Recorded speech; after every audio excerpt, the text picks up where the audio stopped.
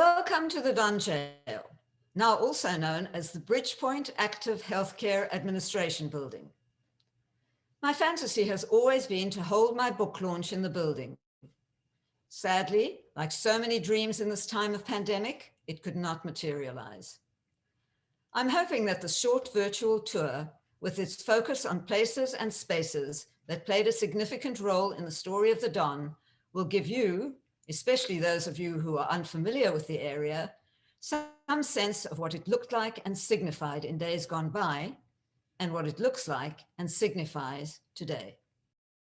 As I write in my book, the Don, Toronto's fourth jail, opened its doors to its very first reluctant residents in 1864, predating the Confederation of Canada by 3 years. It originally stood remote from the city on the wrong side of the Don River, just east of where a tiny settlement had been established in 1793 by British colonists. In 1857, the city of Toronto had become the proud owner of a 119-acre plot on the east side of the Don River, just to the north of what is now Gerrard Street East. The plan was to establish an industrial farm and a new jail on the site. As an afterthought, some 5 acres were leased to the Toronto Magdalene Asylum to build a house of refuge for those deemed poor and indigent. Hotshot British-born architect William Thomas was chosen to design the new Toronto jail, a veritable palace for prisoners that would incorporate the finest and most progressive of correctional philosophies and architectural innovations. The building consisted of a rectangle with a central administration block and 2 wings extending to the east and west. Fast forward to the 1950s. With chronic overcrowding and the lack of adequate facilities at the old jail, we'll go into that in more detail a bit later, a new wing finally opened in 1958, attached to the east wall of the old jail. It became known as the New Don. The site was now very different. The House of Refuge was long gone. In 1962, the semicircular Riverdale Hospital was built just to the north of the jails. From the early 2000s, the site underwent a radical restructuring. It was acquired by Bridgepoint Health, formerly Riverdale Hospital. The new Don and the old Riverdale Hospital were demolished. Bridgepoint Active Healthcare, a new complex care and rehabilitation hospital completed in 2013, now dominates the area.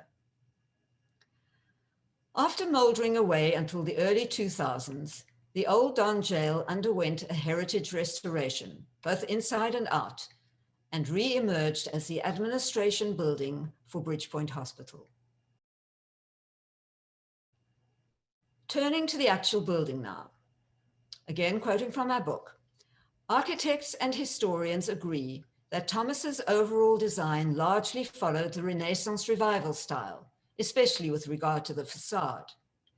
Characteristic of the style are large formal buildings with symmetrical facades, prominent quoins or cornerstones, and rusticated or rough-textured stone piers and columns.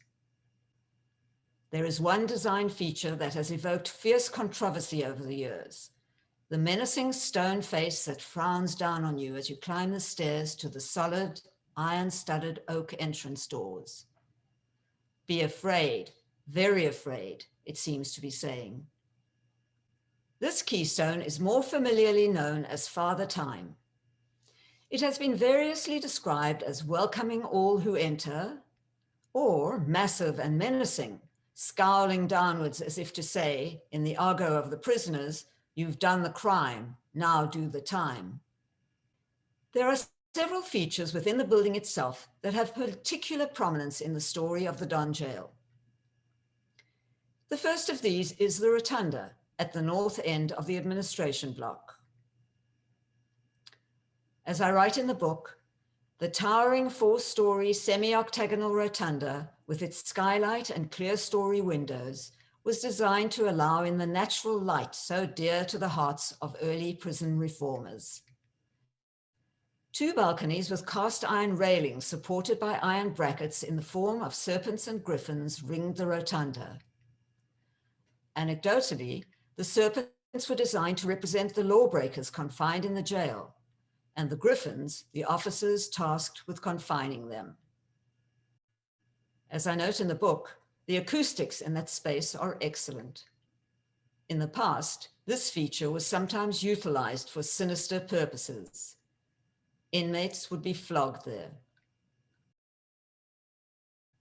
This image from the 1970s reveals a claustrophobic space. However, following the heritage restoration around 2010, the rotunda is once again an airy open space that would have gladdened the eyes of those early prison reformers. Let's move on to the wings of the building. Here, tiny iron-gated brick cells were arranged back to back along the center of each wing. They accommodated the general jail population at night. How small were they? Well, in 1931, the mayor of Toronto remarked that many of the cells were so narrow, a fat horse could not be backed into them. And with the chronic overcrowding in the jail, there were sometimes 2 and even 3 inmates jammed into each cell. The cells had neither lights nor toilet facilities. Throughout the jail's 110 plus years of life, inmates used night pails. Eventually, a single cold water tap and a toilet were installed in each corridor. Today, most of the cells have been replaced with offices and meeting rooms, but you'll still see a few that were retained as part of the heritage restoration. The windowed corridors alongside the cells were designed to let in natural light. In the very early days, inmates would have spent their daylight hours in workshops or classrooms, or planting peas and potatoes at the industrial farm situated to the north of the jail. As time passed and theories of penology changed, inmates at the Don spent more and more time in the cells and corridors, and more inmates were crammed into each one. A particularly infamous aspect of the old Don jail was its association with capital punishment. Before the abolition of the death penalty in 1976, the punishment for murder in Canada was death by hanging. Condemned men awaiting execution would be accommodated in a former infirmary, also known as death row, because of its proximity to the gallows chamber. The walls and ceilings of the cells were made of metal, with steel doors and grills. These cells were demolished in 2010. This is what a condemned man would have seen when he stepped out of his cell on the way to the gallows. The open red door on the left is the door to the execution chamber. Just before the door, there are burn marks on the floor, where doomed men were said to have stubbed out their cigarettes before their meeting with the hangman. The execution chamber was originally a 2-level space, with the gallows on the upper level. The gallows are long gone, but as you can see from this image, ghostly gray geometric shapes remain etched into the walls. They mark the position where the wood and steel structure once stood. I'm going to end our brief tour with this slide, which shows a crowd in May 2019 patiently lining up to get into the Don jail. The occasion was Doors Open Toronto, which invites the public every year to explore city structures of architectural, historical, cultural, and social significance. Scattered throughout the pages of the Don are many tales of escapes and escape attempts. The irony, of course, is that after all the years people spent trying desperately to get out of that infamous place, people are now eager to get in. Doors Open was cancelled in 2020. It will surely be cancelled again this year. But perhaps in 2022, people will once again line up to enter the building, cluster around the execution chamber, file past the row of narrow cells in the basement, and marvel at the soaring rotunda. I hope to see you there.